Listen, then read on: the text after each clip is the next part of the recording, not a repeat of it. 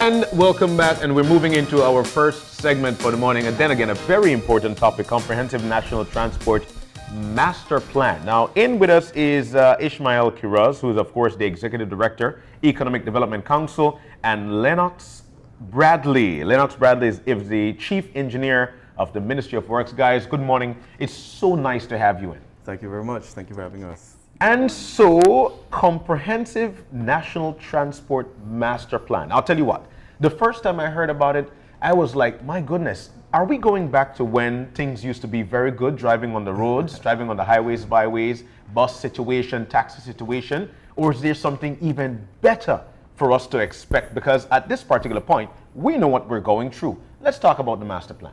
Thank you. Perhaps if I could begin. So the Department of Public-Private Sector Dialogue, the Economic Development Council in the Office of the Prime Minister, serves as the bridge between the public and private sectors. And so one of our objectives is to push reforms, business climate reforms, as well as just general improvements to the way that business activity is able to happen in the country. And so if we specifically look at two key industries for Belize, tourism and agriculture, there are specific infrastructural needs that need to be put in place, as well as on top of infrastructure, improvements to the way that transportation happens in getting goods and people from point A to point B, and in between that in terms of getting the general public greater accessibility and mobility. And so there is a need to do that, to improve. And so what the Transportation Master Plan does is that it provides this overarching strategy document, a blueprint for where Belize can be in terms of its transportation systems, roads, ports, and airports over the next 5, 10, or 15 years. And that's the time frame of the master plan itself. Yeah. Wow. So the short, medium, and long-term action plans of specific recommendations, not only of projects, but also of legislative reform and institutional capacity building is what the master plan speaks to. And so it gives that big overarching view of where we want Belize to go. Yeah. And it's about improving mobility, it's about improving efficiency, it's about reducing cost and time, and improving the general way that our assets are used as well as maintained. Without a doubt, one of the hallmarks of being in a developed nation is being able to see a very efficient transport system, and we don't see that in Belize. Looking at the plan, and you mentioned that they're short, medium, and long term, it is extremely ambitious. And my first question is, what is the commitment in being able to follow through with what has been prepared, and where will the resources come from? Well, first of all, I think being extremely ambitious would have been to include a bullet train system between Belize City and Double-Fan. And that's not in the master plan. Yeah. What is in the master plan is felt to be very realistic, achievable, based on what Belize's economic conditions are, as well as what our fiscal capabilities currently are and what they're forecast to be. And so the reason why it's broken down over a phased time frame is to enable us to be able to allocate the resources, both public as well as private, on that time frame, so that we can achieve what is meant to what is proposed. Yeah. In the short term, a lot of it doesn't require public funds, and there's already some activities underway. So it's like things are happening, improvements are happening, and the idea is to be a guide. Perhaps what I see most ambitious is being able to effect the behavior change that is necessary. Because while we'll see infrastructural changes and I can speak of the city because that's where we're based, we don't necessarily see compliant behavior, and there is a lack of enforcement. So how I use the highway versus how other people use the highway differ completely, but it doesn't matter. If I choose to overtake on the right, park on the left, whatever it is, people seem to be able to get away with it. How do we overcome that? Because you could put all the infrastructure in place, but if nobody wants to follow the rules, then... Well, then it's a challenge. As you rightly said, behavior is a problem, but we have to keep going with public awareness and education, and we have to step up with the enforcement. Yeah. Those two areas, if we continue to deal with them, it will, with time, bring about the change. The change will come, but the enforcement has to be there. And the awareness has to be there so that people know what is expected of them. Yeah. And that's the thing, because the question would eventually come in as to when do we start to enforce? Because if we're going to do a master plan and we want for this thing to work, then we've got to enforce today. We need to start now. We are not able to wait for whenever time. We've got another generation coming up. They've got that culture already built in that I don't have to wait, or I could park right there. So when do we start with enforcement? When we look at the Comprehensive National Transportation Master Plan, there are recommendations that are made over the short term, medium term, long term. Marlene asked the question about how realistic and how affordable the recommendations are in the Transportation Master Plan. What I would say, beside government making the sort of commitment that is required, what we have to start think about, and I'm appealing to all the people out there, because the transport sector really impacts the common man and woman out there, their daily lives, and they have to be part of the process. But what the master plan has recommended is the introduction of a road fund. That road fund would require further studies in how you apply the road fund. But the general objective behind the road fund would be to introduce user fees. It could be direct tolling. What we call tolling. Yes, it could be direct tolling on the roads. It could be user fees introduced in different areas. It could be a head tax on tourists. It could be a higher license fees for the different categories of vehicles using our roadways. Those are we'll have to spread it. It can't only be a levy on the fuel, because fuel is already high, but you have to spread the cost so that it might be affordable to the common man or woman. But we have to start think that user fees have to be looked at to complement what government is contributing from the consolidation fund. We have to move in that direction, and when you factor that in, what in the recommendations made in the National Transportation Master Plan in respect to the transport sector will be affordable. So that is one of the recommendations that's being put forward. It is in the master plan. And it would be having a dedicated tax to in the strategy, road users? A strategy was already approved by, endorsed by Cabinet in 2013, but to really fully implement that strategy, we have a study that the CDB is financing that will look at institutional reform of Ministry of Works. It will look at the legal reform of Ministry of Works, and it will look at financial mechanisms that we can explore to try and introduce the user fees. Our legislation is outdated, and so we have to improve that.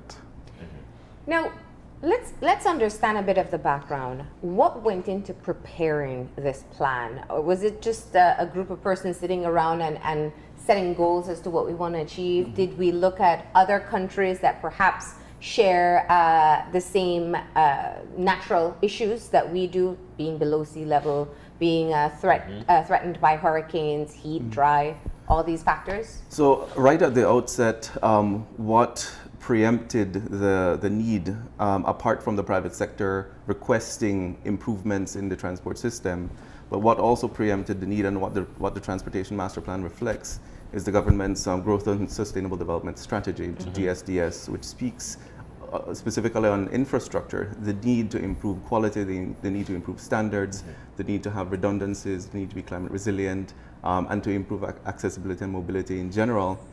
And so when an international firm of experts were contracted by the project that is funded by the Inter-American Development Bank, was procured in order to prepare the recommendations of the Transportation Master Plan, they looked at some of these guiding strategy documents to reflect directly what some of the country's desires and vision is with respect to transport infrastructure.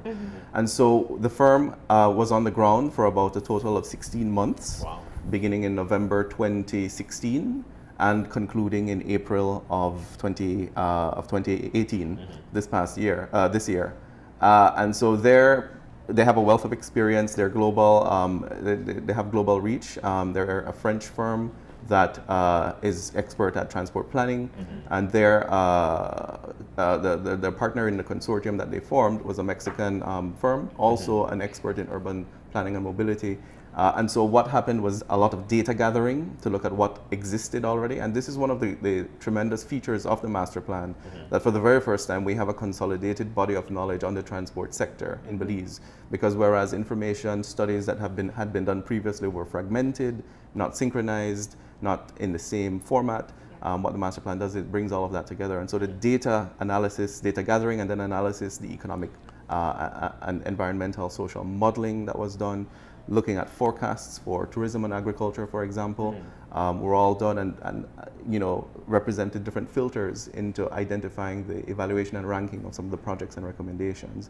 So it was an extensive process of consultation with the private sector as well as public sector, looking at data, analyzing it, modeling it, evaluating, and then putting in place a first format, a first draft, and then in consultation again through the project steering committee, really fine-tuning and identifying what our final master plan could look like. Yeah.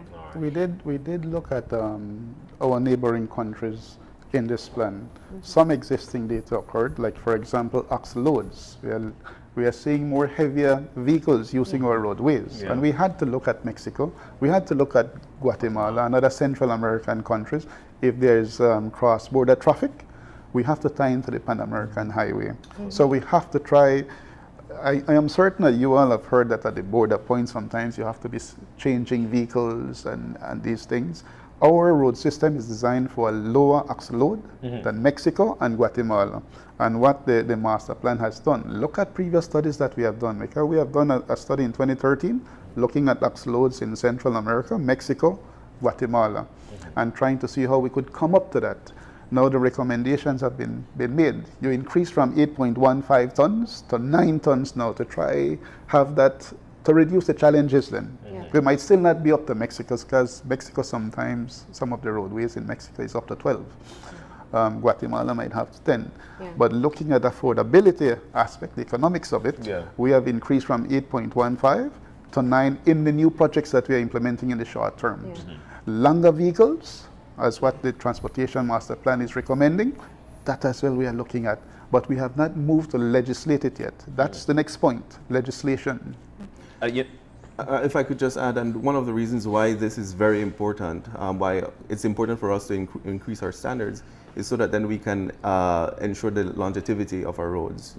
If we need to reduce the wear and tear, and we need to be able to make sure that we're getting value for money when we invest in road infrastructure. Yeah, we saw that very clearly with the Hummingbird Highway, with the trucks that are moving, and how it has caused damage. But I want us to maximize our time, and one of the things that I want to address is how do we get road users on board with the changes that are coming. I'll give the classic example, which we talk about in Belize City, the changes on the Philip Golson Highway, where people can no longer turn left into whatever particular lane they're going into. They have to utilize the roundabout and make a right turn. This has been one of the areas where people say, well, why are you doing this? Gas is expensive. Talk to us about how you work to educate Belizeans to understand the changes that are coming and how to get them on board. Because as I was telling you during the break, all people now do is cut across the median, which is even more dangerous than turning left. But what I will say right here, Marlene, road safety is an issue that we are concerned about, The high RTAs on our road system is something that we have to deal with. And if you recall, we have the demonstration corridor. We started between Belmopan and Belize City. That is highly successful. It has the amount of RTAs that have occurred on that section of the national road system has dropped tremendously, 60%. That we are rolling out with all new projects. The Northern Highway from Belize City up to the border at Santa Elena. That is on the plan, the short-term plan. We are doing the designs right now for the entire stretch. Part of it is already under construction, but from the airport right up to the border, that is being designed. And the financing has already been secured for up to mile 24.5, and we have gotten assurances up to the border. A part will be a grant, part will be a loan. The grant has already been secured, the grant portion. That has been secured. We are about to get the loan to complete that. But under that, the road safety will be a focus of it. Climate resilience, road safety, using the safe system approach. Yeah. That's What do you looking at mean by 4 or 5 safe pillars. system? Is it just 30 roads we're talking about? It looks at improving the physical infrastructure, meaning looking at the roads, because sometimes the design of the road is what lead to some of these accidents. Okay. It looks at driver behavior. It looks at speed. It also look at the post-emergency response, because sometimes when these things happen, the response is not there to save life. We have to make our roads more forgiving. And so the safe system approach is based on those 4 pillars. There are normally 5, but the country right now is focusing on 4 of the 5 pillars. Okay. And it has been highly successful on the demonstration corridor. Yeah. Public awareness and education is high on it. Enforcement, the capacity has to be there. But that is being looked at. Enforcement will have to follow. We do say education. But let's and I want to jump back a little, especially on our neighboring countries, because for some reason or the other, driving in these areas, you could see the plan in place. You know, these roadways, these freeways or highways, whatever we call them, they've got that plan whereby you could venture off into a village without even having to cross over or having to wait for traffic before you cross over. Now, we could see in our country that for some reason or the other, we built some roads. The plan wasn't necessarily there, but we wanted to get to Quiroz, we wanted to get to Punta Gorda. So the villages are so narrow. It's right there. The on road passes through the villages. Yes, and this is where the danger comes in. So I applaud the fact that we're down 60%, or we're up 60% in terms of road safety. But what are we going to do, especially now that we've got bigger vehicles coming in? We're about to pass through these villages. They're still right there on the roadsides. We want safety. Turnpikes, these are the things I think we need. What happens then? One of the things that we cannot afford to ignore is that with some of the design features are guided by the traffic that we have there. Like, for example, a section between Halover and the airport.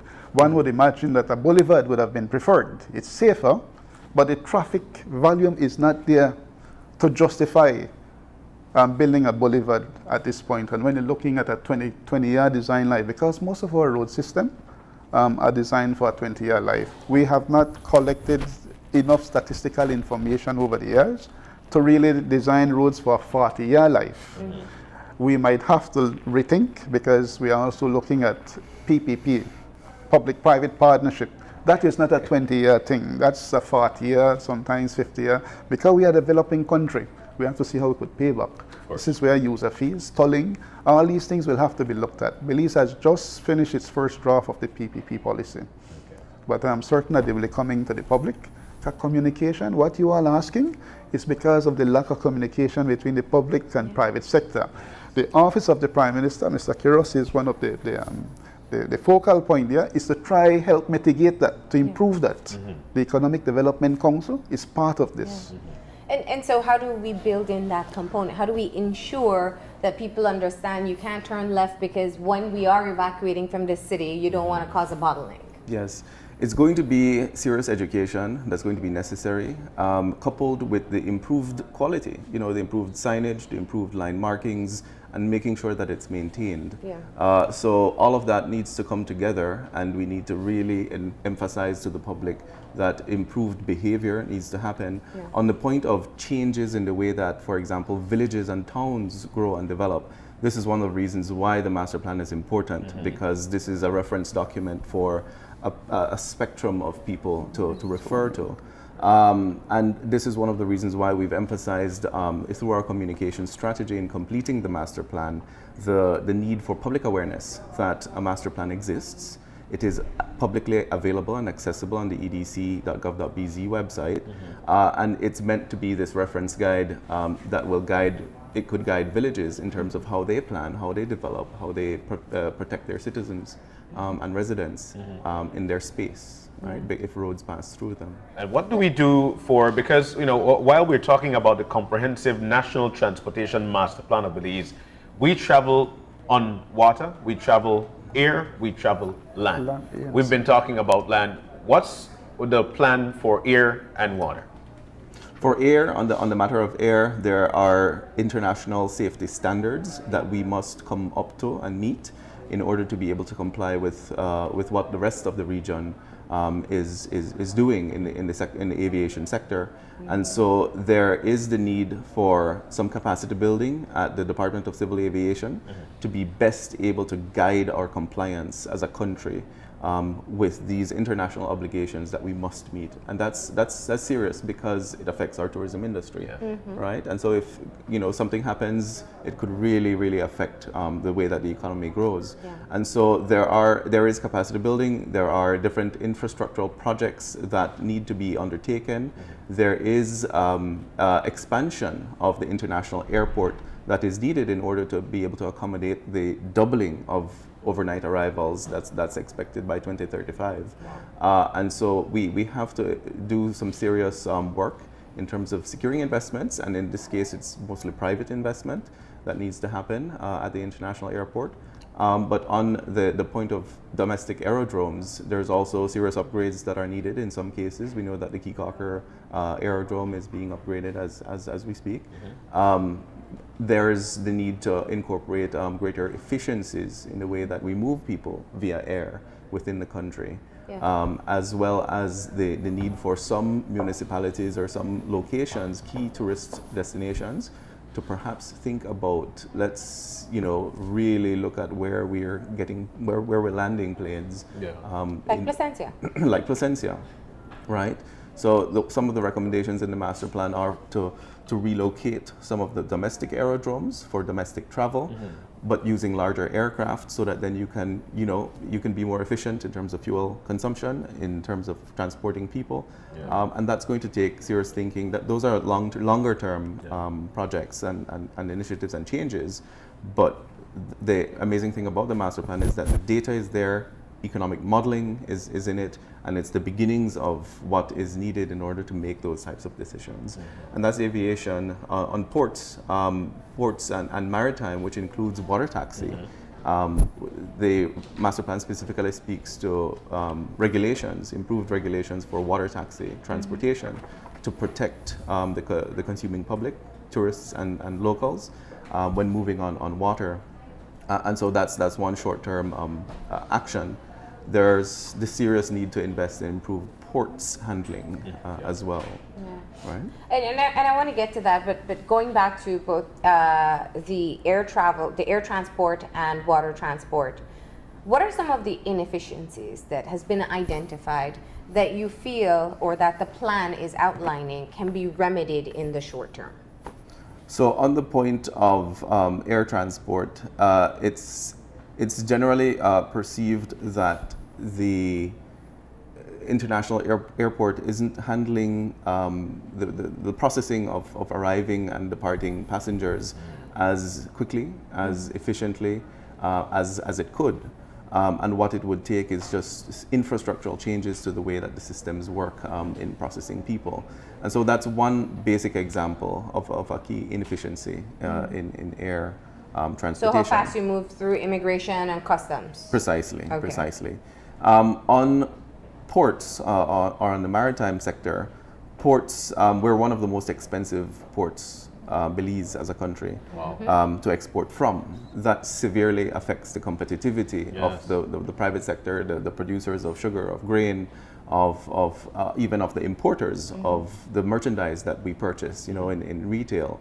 And so once we seriously look at, the need to improve the way that the ports system, what our options are, then the public in general, as well as the private sector, could stand to benefit from being able to compete with the region who we have to compete with at world prices. And the country or the public would really appreciate the fact that uplifts happens. We get things going on, but what a lot of people wouldn't appreciate is the fact that we get it going on, but we're not able to maintain it. What's the plan for maintenance? This is why I mentioned that we have to start looking at user fees, and the National Transportation Master Plan looks at that as an option, but it requires further study You really have to bring in the experts then to look at what we have, what exists, and what would be appropriate. Yeah. But what we are getting from the consolidation fund right now is not sufficient. It has to be complemented with something, and the user fee is what will be required. The National Transportation Master Plan tell you that Belize right now spends about maybe 1% of GDP on that. Other developing countries, that figure is between 3 and 6%. We need to complement it. But wouldn't the counter argument be that we should have quality work from the onset so that maintenance is not as necessary as we see now? I would say that when it comes to maintenance, one of the problems, especially when it comes to the road infrastructure, we have about round 17, and when we complete in the next 2 years, that figure might increase to 20%. But of 2,806 miles of road that we have countrywide, 17% is paved. The maintenance that is required on paved roads is quite high, and the frequency of maintenance dictates the costs. We have to pave more of our roads. The amount that is paved is too low. The master plan is telling you about that. But let me get an answer to my question in terms of what's being built in to ensure.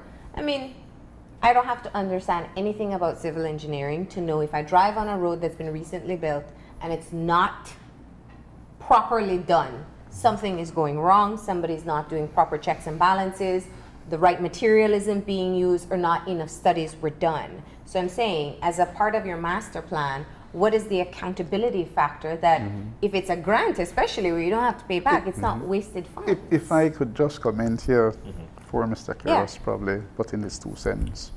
When it comes to major projects, those projects are funded by international funding institutions. They have procurement regulations in place. They have quality standards in place. A design has to be done. That design has to be done to a certain standard. Most of our IFI funded projects are built to a certain standard, and it's designed for a 20-year life. We cannot ignore that there's a level of service that is incorporated in each design. You might design a road for 5 years, you might design it for 10 years, you might design it for 20 years. But most of the major projects we design for 20 years. There might be occasions where we have to reduce the level of service, and because of the lack of communication between the public sector and the people out there, the level of service might not be communicated to them. And you might have instances where you might have a dust treatment instead of a well-paved road. You're trying to address certain factors. But if that information is not being shared out there, people might say, oh, this road, I mean, the expectations are high here. Belizeans are traveling more frequently now. They are more exposed to what exists outside, and they are comparing what we have here with outside. But I want to stress that most of our major projects funded through the IDB, CDB, OFID, COETES, CABEI, those are built to a certain standard for a 20-year life. But a maintenance program has to be in place to ensure that that 20-year life is realized. And I think, so procurement processes at international standards is going to go a long way in ensuring that at the outset, the quality is there for the long term. And just following up on Mr. Bradley's point that maintenance is then very, very key. So that also needs to be factored in and budgeted for, hence the road fund. But then there's also the need for adequate mechanisms for engagement with the private sector through PPPs. And this is what the master plan also contains and recommends as very important, because we need to set the rules of the game in terms of engagement with the private sector, both in creating the opportunities for them to contribute to road maintenance, for example, but also for the standards that they need to comply in the service that they deliver to the public. And one of the biggest areas of public-private partnership, public transportation.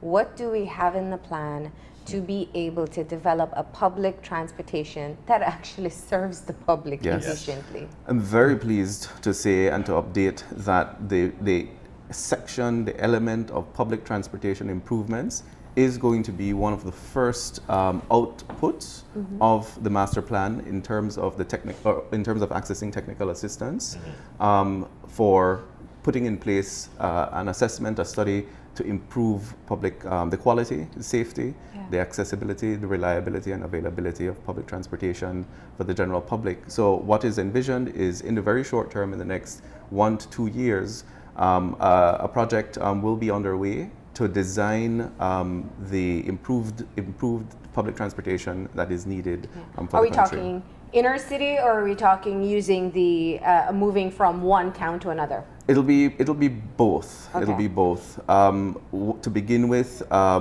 the investment in a national bus terminal is something that's envisioned in the short term, and that will sort of draw and move improved operations of the public transportation. And in terms of legislation and in keeping the legislation up to date with what you're working on, we know that especially when it comes to what municipalities are responsible for in terms of transport and the highways, that's where you tend to have challenges. So you can enforce something in the corridor, for example, but you enter into city limits and it's not the same.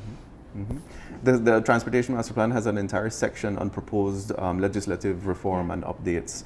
And some of those legislations need to be streamlined so that then there's not this conflict of who has jurisdiction over what. So we need to be very clear. There's a lot that needs to be updated. But the neat thing is that there's specific recommendations as well as background information as to why and how to improve. And public transportation does include taxi systems as well. Yes. Yes, indeed. What are we talking about there? So in terms of, on the point of buses, just to touch briefly, one of the inefficiencies in the typically private operators not being able to invest in quality buses is the short duration of their operating permit. And so the proposals are that we lengthen the operating permit. How long is their permit for now? It's for 2 years at this point in time. So the idea is by extending it to about 8 or 10 years, you enable them to be able to access financing to improve their fleet. But let me throw out an example there, because we heard it right here on the show, and I thought, well, a bus company invests in a bus for a cruise ship or for a tour operator, and they get a quality bus, fairly so. They invest in a bus for public transportation, and we're getting buses that can't even be used in other parts of the world. So is it really a permit issue, or is it just because we're allowed to give substandard service to Belizeans? I think it's a number of factors, but specifically on the age and quality of buses, the proposals speak to the phasing out of buses beyond a certain age and not allowing older buses to come into the country.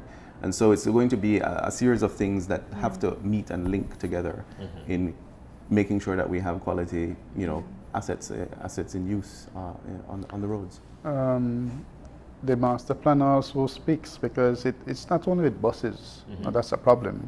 The quality of the vehicles that we have on our roadway is an issue with road safety, and we really have to introduce, and I think that is something that is being worked on, to improve legislation to guide us when we are purchasing second-hand vehicles, importing second-hand vehicles. It's mainly second-hand vehicles that we are importing.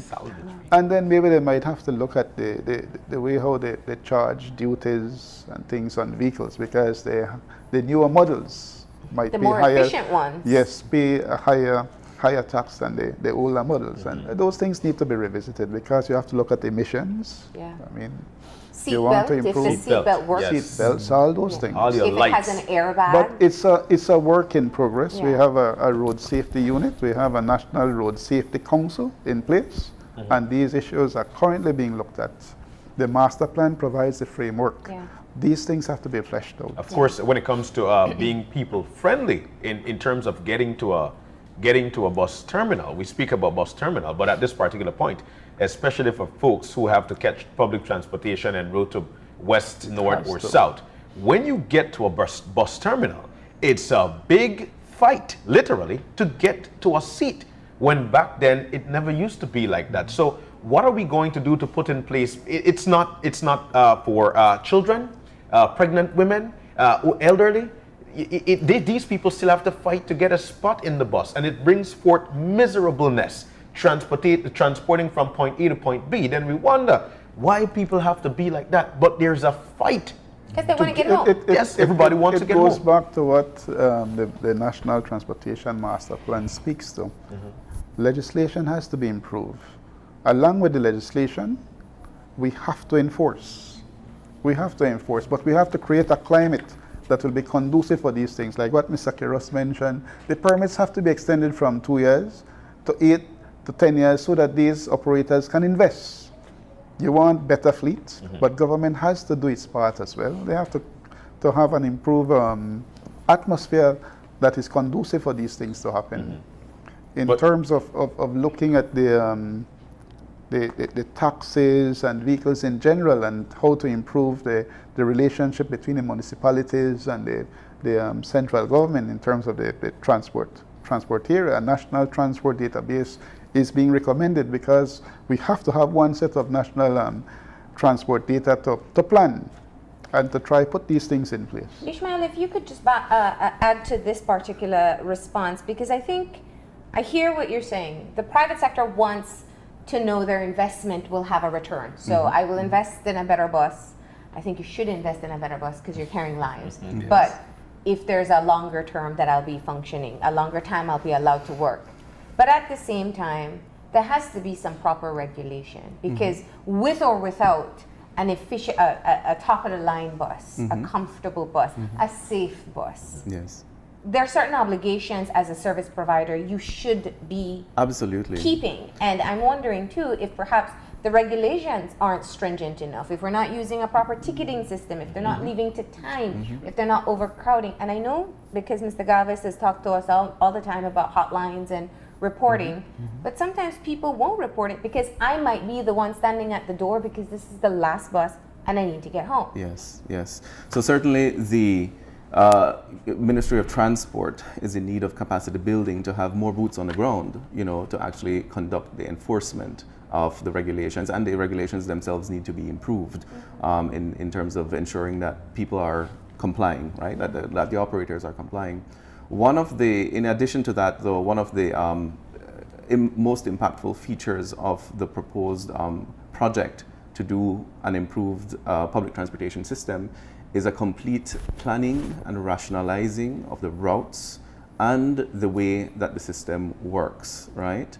That is needed in order to ensure availability and reliability so that then people aren't fighting for a seat on the bus. Yeah. So in addition to the improved planning and routes, that needs to be rationalized, there has to be improvements at bus terminals, and the enforcement that the bus stops are actually used. So we need to designate, we need to really identify what makes sense based on the communities that they serve, and we need to ensure that the buses are complying with that with what's designated. Of course.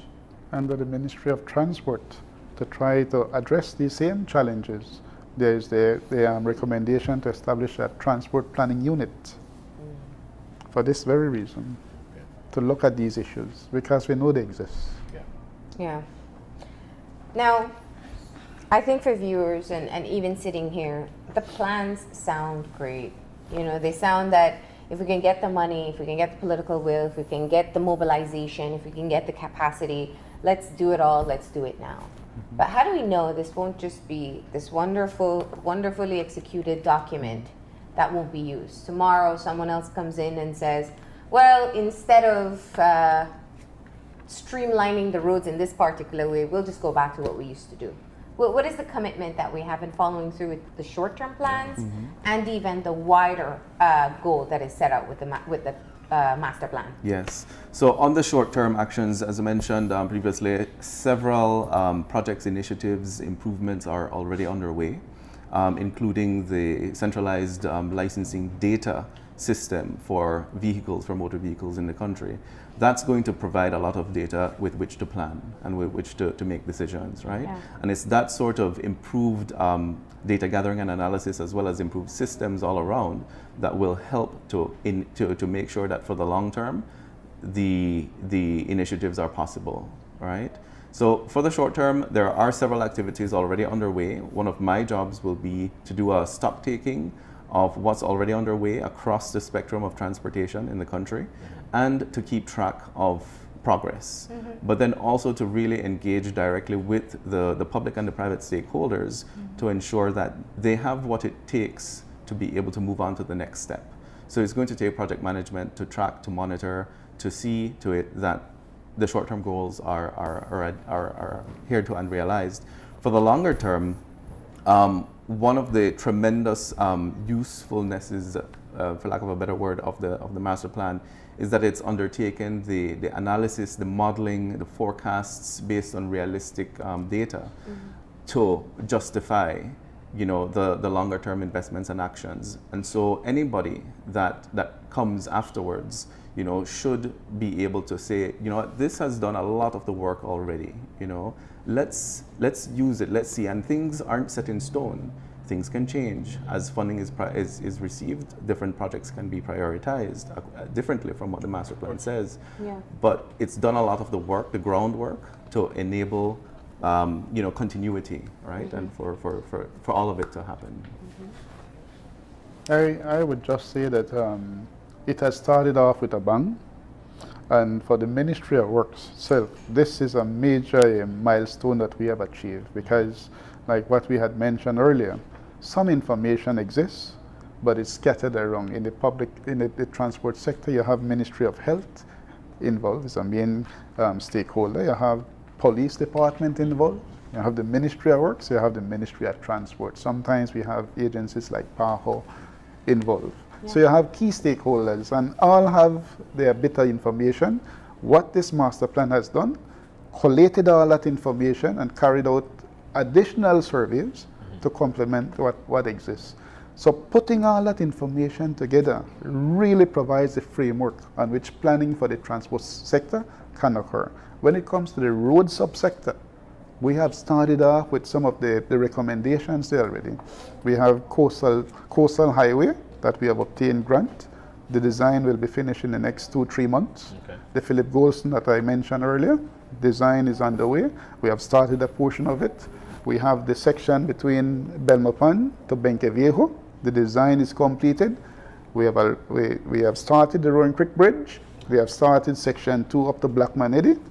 The rest will start shortly after we complete the procurement conditions. The airport link road. We have a lot of road infrastructure recommended in the National Transportation Master Plan underway, funding secured for it already. And who's responsible for the public education? So that lands on my shoulders at this point in time. So the Department of Public-Private Sector Dialogue is ensuring that this master plan, the availability of it is communicated. Yeah. And so everything is available on our website, including all component reports, as well as the final report and the executive summary. Some infomercial videos that you've also been kindly airing. So visit our website, edc.gov.bz. To refer to the document, students, academics, public, private sector, it's relevant to everybody. It has a wealth of information, so let's look at it. So we're responsible for ramping that communications up, but we're also on the ground, liaising, working, dialoguing with all the stakeholders to ensure that action happens. Capacity building is needed for us to ultimately hand over to the Ministry of Transport. The Ministry of Works also has a critical role to play, but it's going to be a work in progress, but it's going to happen one step at a time. All right. Well, thank you for coming in and sharing just a few of the details. I mean, there's a lot more interesting stuff in here too I wish we could touch, but time is limited. Thank you so much, gentlemen. Thank you. Thanks as well. We're going to go ahead and take a break, and when we come back, we'll be talking about Ecology Project International with high school students from Belize City. So stay tuned.